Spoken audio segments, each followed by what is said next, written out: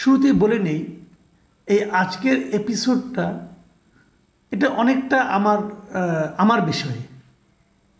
আমাকে নিয়ে নানা ধরনের কথা হচ্ছে এবং এগুলো আমি দেখি, কোনোটা মন্তব্য করতে চাই আবার চাই না, আবার ভাবি কতজনকে বলবো।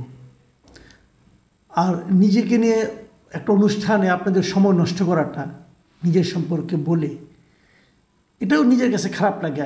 আপনাদের তো সময়ের মূল্য আছে। কিন্তু আজকে তাহলে কেন করছি এই আলোচনাটা? করছি এই কারণে যে সোশ্যাল মিডিয়ায় বেশ কয়েকটা জায়গায় আমাকে নিয়ে বেশ কয়েকজন অনেকগুলি স্ট্যাটাস দিয়েছেন।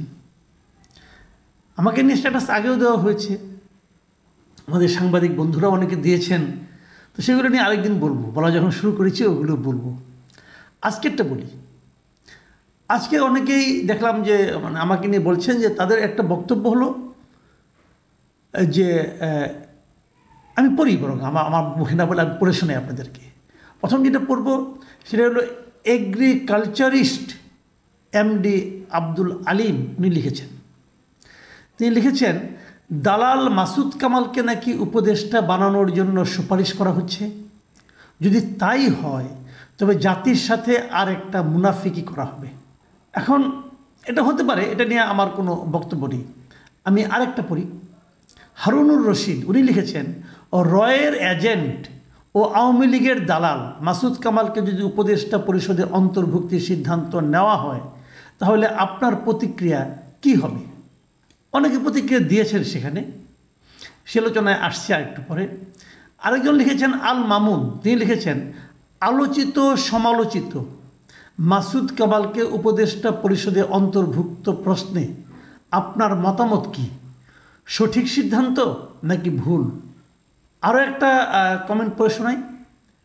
এটা লিখেছেন নাসরিন আক্তার, তিনি লিখেছেন, উপদেষ্টা নাহিদ ইসলাম পদত্যাগ করার পর ভারতীয় রয়ের এজেন্ট মাসুদ কামালকে উপদেষ্টা বানানোর জন্য এখন থেকে কাজ শুরু করেছেন চরিত্রহীন আসিফ নজরুল। উপদেষ্টা নাহিদের পদত্যাগের পরে ছাত্রদের পক্ষ থেকে একজন প্রতিনিধি দিতে হবে, কারণ ছাত্র প্রতিনিধির পোস্ট খালি হচ্ছে, অন্য কাউকে নেওয়া যাবে না। আরও আছে এরকম আপনি আরও অনেক পাবেন, আপনারা নিশ্চয়ই অনেকে ফেসবুকে দেখেন, পাবেন এরকম। আমি এই চারটেই বললাম, নিজের সম্পর্কে কত আর বলবো। যাই হোক, আমি এইগুলো আলোচনা করি। দেখুন, নাসরিন আক্তার যে স্ট্যাটাসটা দিয়েছেন এবং সবাই বলেছেন যে ভারতের এজেন্ট, রয়ের এজেন্ট, আওয়ামী লীগের দালাল, আওয়ামী লীগকে পুনর্বাসন করার জন্য নাকি আমি মিশন নিয়ে নেমেছি, এগুলো বলেন। সে আলোচনায় যাওয়ার আগে আরেকটু বলে নেই, সেটা হলো এখানে দুটো কথা। একটা হলো আসিফ নজরুলকে বলা হয়েছে চরিত্রহীন আসিফ নজরুল নাকি এখন থেকে কাজ শুরু করেছে। উনি কাজ শুরু করেছেন কি করেননি আমি জানি না, কিন্তু ওনাকে চরিত্রহীনটা আপনি কী করে বলেন? নাসরিন আক্তার, আপনি জানেন চরিত্রহীনতা কাকে বলে? আপনি একজন নারী, আপনি জানেন নিশ্চয়ই। আপনি আসিফ নজরুলকে চরিত্রহীন বলছেন কিসের উপর ভিত্তি করে? সেরকম পর্যাপ্ত ডকুমেন্ট কি আপনার কাছে আছে? আর চরিত্র জিনিসটা কী রে ভাই? উনি একজন সম্মানিত ব্যক্তি। এরকম সুইপিং কমেন্ট করার মাধ্যমে কি হয় জানেন? আমরা আমাদের পরবর্তী জেনারেশনকে, ছোট ছোট বাচ্চাদেরকে এগুলো শিখাই। আপনার বয়স কত আমি জানি না, যদি আপনার সন্তান হয় সেও কিন্তু শিখে যাবে যে হুট করে একজন লোক সম্পর্কে কোনো তথ্য প্রমাণ ছাড়াই চরিত্রহীন বলে দেওয়া যায়। আবার কেউ যদি আপনাকেও বলে দেয়, আপনি চিৎকার চেঁচামেচি করবেন, কী লাভ হবে বলেন? আমরা তো একটা সভ্য দেশ, তাই না?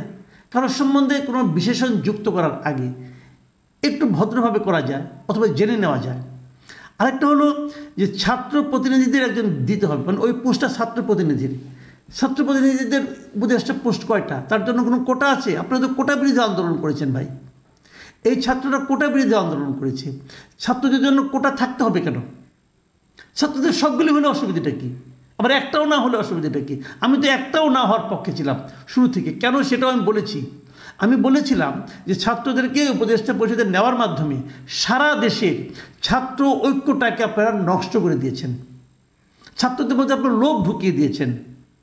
এই কাজটা আপনারা ভুল করেছেন, সেই ভুলটা আপনারা এখন নিশ্চয়ই টের পাচ্ছেন। দেখেন, নাহিদ ইসলাম পদত্যাগ করবেন, এই পোস্টটা খালি হবে, সেখানে কাকে দেওয়া যায়? এরই মধ্যে বলা হচ্ছে যে এখানে প্রাইভেট বিশ্ববিদ্যালয়কে দিতে হবে। মানে এটা কি কোটা? আপনি যাকেই দেন দিবেন তার যোগ্যতার কারণে, এটা প্রাইভেট বিশ্ববিদ্যালয়কে দিতে হবে কেন? আবার কেউ যদি বলে একজন আহত লোককে দিতে হবে, কারণ তার কন্ট্রিবিউশন যে কারোর চেয়ে বেশি, এটা কোটার ব্যাপার ভাই। আপনারা তো কোটার বিরুদ্ধে আন্দোলন করেছেন, তাহলে এইভাবে কোটা কী করে করছেন? এটা করা ঠিক না। যাই হোক, সে আলোচনায় আমি যাব না, আমি আমার মূল আলোচনায় আসি। এক নম্বর হলো, মানে এইগুলি বলার মাধ্যমে এক ধরনের ন্যারেটিভ তৈরি করা হচ্ছে যে মাসুদ কামালকে উপদেষ্টা বানানো হবে অথবা হওয়ার চেষ্টা চলছে, তাই না? হলে কি ক্ষতি হবে সে আলোচনা হচ্ছে, কিন্তু তার মানে চেষ্টা চলছে তাকে উপদেষ্টা বানানোর, তাই না? এই প্রসঙ্গটা আমি একটু বলি। দেখুন, আমাকে উপদেষ্টা বাড়ানোর চেষ্টার কোনো অর্থ হয় না। অর্থ হয় না কারণে এই ব্যাপারে আমার সঙ্গে তো কোনো আলোচনা হয় নাই, আমাকে কেউ বলেও নাই, জিজ্ঞাসাও করে নাই, আমি জানিও না। তো আমার জানার বাইরে কেউ কিছু করলে সে করতে পারে, আলোচনা করতে পারে, এটা নিয়ে আমার কোনো আপত্তি নাই। কিন্তু প্রশ্নটা হচ্ছে যে আমি কি হতে চাই? আমি যখন শুরু থেকে এই গভর্নমেন্টের বিভিন্ন কর্মকাণ্ডের সমালোচনা করেছি, তখন অনেকে আমাকে বলেছেন, অনেকে আমাকে লক্ষ্য করে এরকম সুইপিং কমেন্ট করেছেন যে ওনার মনে বড় খায়েশ ছিল, উনি উপদেষ্টা হতে চান, হতে না পেরে এখন সরকারের সমালোচনা করছেন। অনেকেই বলেছেন, দেশের থেকে বলেছেন, দেশের বাইরের থেকেও বলেছেন, আমি আর নাম না বলি, নাম বললে আবার অনেকে দুঃখিত হন। অনেকেই বলেছেন এরকমভাবে যে আমি নাকি হতাশ হয়ে পদ না পেয়ে এগুলি করেছি। এটা নিয়ে RTV-তে একবার আমি একটা টক শোতে ছিলাম, তারাও আমাকে জিজ্ঞাসা করেছিল যে আমাকে যদি কোনো সরকারি দায়িত্ব দেওয়া হয় আমি কি যাব? আমি তখন যা বলেছিলাম এখন আপনাদেরকে তাই বলি। আমি সচেতনভাবে বলছি যে আমি কেন যেতে চাইব, আমি কখনোই যেতে চাইবো না। কারণ কেন যেতে চাইবো না সে কারণটা বলি। প্রথমে বটম লাইনটা বলি যে ভাই, আমার উপদেষ্টা হওয়ার কোনো খায়েশ নাই, কোনো খায়েশ নাই, আমার নিজের থেকে তো কোনো চেষ্টাই নাই। কেউ যদি চেষ্টা করে থাকেন তাকেও সবিনয়ে বলবো যে আপনি আমাকে ভালোবাসেন, হয়তো ওই জন্য চেষ্টা করেছেন, কিন্তু আপনাকে বলি আমি যাব না। আমি কোনো সরকারি দায়িত্বে যাব না, সরকারি পদের কোনো দায়িত্বে আমি যাব না, সরকারের বেতনভোগী কোনো কাজ আমি কখনো করব না, আজকেও করব না, আগামীতেও করব না। আপনারা নিশ্চিত থাকতে পারেন, আমাকে নিয়ে টেনশন করেন না ভাই, আমি আমার মতোই আছি, আমাকে আমার কাজটা করতে দেন। আমার কাজটা কি সেটা আপনাদেরকে আমি ব্যাখ্যা করে শোনাচ্ছি একটু পরে। কেন যাব না? আমি একটা সহজ হিসাব বলি আপনাকে, কেন যাব না। যাব না এই কারণে যে এই কাজটা আমি শিখি নাই,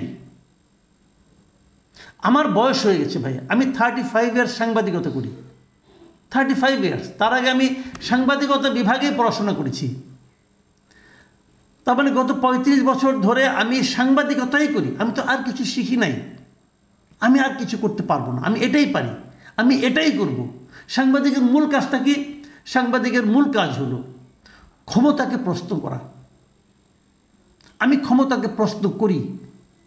সাংবাদিকের মূল কাজ হলো সরকারে যারা থাকে তাদের ভুল ভ্রান্তিগুলো নিয়ে সমালোচনা করা, আমি এই কাজটা করি। এবং আমি বলি আমি মেরুদণ্ড সোজা রেখেই করি। অনেকে বলছেন, এখন অনেকে বিপ্লবী হয়ে গেছেন, কিন্তু এখন বিপ্লবীরা শেষ নেই বাংলাদেশে। আগে আমি বলতাম আওয়ামী লীগ আমলে রাস্তায় 10 জন লোক হাঁটলে পরে 10 জন লোকের সঙ্গে যদি আপনি ধাক্কা খান, সেই 10 জনই আওয়ামী লীগ করতো।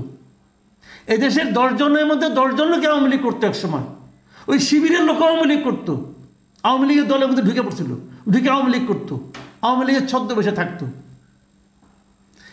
আর এখন সবাই বিপ্লবী, এখন সবাই ফ্যাসিবাদ বিরোধী, সবাই 10 জনের মধ্যে 10 জনই। সিম্পল কথাটা বলি, বেশি দূর যাওয়া দরকার, নিজের ঢোল নিজে পেটাতে চাই না। 5ই আগস্টের আগে মাসুদ কামালের কি কি ভিডিও আছে ইউটিউবে গেলে সার্চ দিলে পাবেন। 5ই আগস্টের আগে, জুলাই, জুন, মে, এপ্রিল, দেখেন না, পূর্ববর্তী 1-2 বছরের ভিডিওগুলি দেখেন। আমি মাসুদ কামাল যতটুকু বলেছি দেশে বসে, আর কে কয়জন লোক কতটুকু তার অর্ধেক বলতে পেরেছে, তার 3টা নাম দেন আমাকে। আমি দেখা মতো 2 জন লোকের নাম দেখি যারা বলতে পেরেছে। ডক্টর জাহিদ বলেছেন, কিন্তু ডক্টর জাহিদুর রহমান বলেছেন, আমি অস্বীকার করব না, উনি বলেছেন। কে কে বলেছেন আপনারা খুঁজে বের করেন, আরও অনেকে আছে, আর 2-1 জন আছেন, কিন্তু আপনি দেখেন তার অর্ধেক পরিমাণ কথা কে বলেছেন। ইউটিউবে সব আছে ভাই, চেক করেন।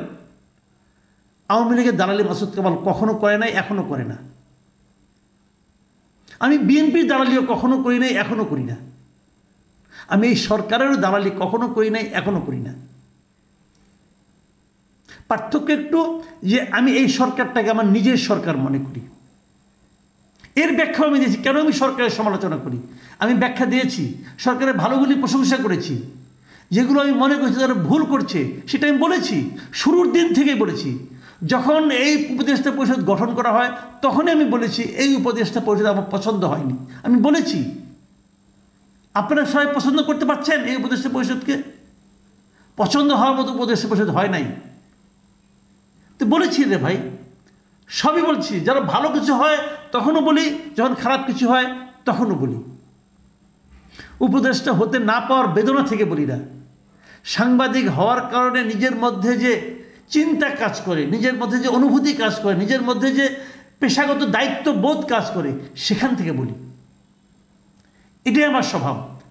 আপনারা দোয়া করবেন আমি যেন বাকি জীবনে এই প্রশ্নটাই করে যেতে চাই। আবারও বলি, সাংবাদিক হিসেবে আমার প্রধান দায়িত্ব হলো ক্ষমতাকে প্রশ্ন করা। আমার দায়িত্ব হলো যারা সরকারে থাকবে তাদের ভুলগুলো ধরিয়ে দেওয়া এবং ভুলগুলি করতে থাকলে তার সমালোচনা করা। যদি কেউ ভালো কাজ করে, সে আমার শত্রু হতে পারে, তার প্রশংসা করা। আওয়ামী লীগ প্রসঙ্গে বলি, এটা বলে শেষ করি। আমি আওয়ামী লীগের প্রত্যেকটা করাপ্ট লিডারের বিচার চাই, প্রত্যেকটা করাপ্ট লিডারের। কারা করাপ্ট আমি আপনাকে সহজভাবে বলে দিই। শেখ হাসিনা করাপ্ট, তার মন্ত্রিসভার প্রত্যেকটা লোক করাপ্ট, প্রত্যেকটা লোক করাপ্ট, তার সেন্ট্রাল কমিটি সবাই করাপ্ট, তার সেন্ট্রাল কমিটি, তার জেলা কমিটি, এমনকি তার উঁচু উপজেলা কমিটি যারা ছিল, এদের সবাইকে বিচারের আওতায় আনতে হবে। এমনকি উপজেলা পর্যায়ে, জেলা পর্যায়ে যারা আওয়ামী লীগের কমিটিতে নাই কিন্তু আওয়ামী লীগের সুবিধাভোগী, তাদেরকেও বিচারের আওতায় আনতে হবে। যত ব্যবসায়ী আওয়ামী লীগের কাছে সুবিধা নিয়েছে সবাইকে আমি বিচারের আওতায় আনতে বলি। আপনারা অনেকেই বলেন না, অনেকে যে চাকরি করেন ওখানে যে, আবার আমি করি না। আমি মাসুদ কামাল কারো চাকরি করি না, কোনো ব্যবসায়ী চাকরি করি না, ওই করাপ্ট ব্যবসায়ীর চাকরি আমি করি না।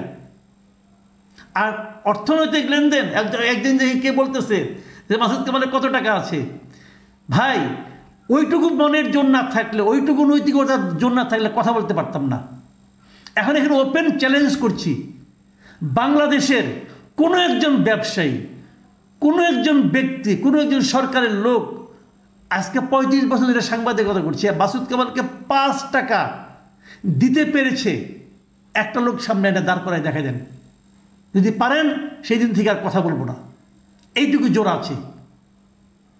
আওয়ামী লীগ আমলে বলতাম, আওয়ামী লীগ আমলে যতটুকু চাপের মুখে পড়ছি, অতটুকু চাপ আপনার পড়লে অনেকের অলরেডি প্যান্ট খারাপ হয়ে যেত, কাপড় চোপড় নাপাক হয়ে যেত। আমি মাসুদ কামাল সিট দ্বারা সোজা করে দাঁড়িয়েছিলাম। আমার ব্যাংক অ্যাকাউন্ট দেখতে চান আসেন, যে কোনো ব্যাংক অ্যাকাউন্ট দেখাই দেবো, কোনো সমস্যা নাই। রয়ের দালালি করলে টাকা তো আসতো, টাকাটা কোথায় দেখেন না। ঢাকা শহরে মাসুদ কামালকে ফুটপাতে দেখা যায়, হেঁটে হেঁটে চলি এখনও।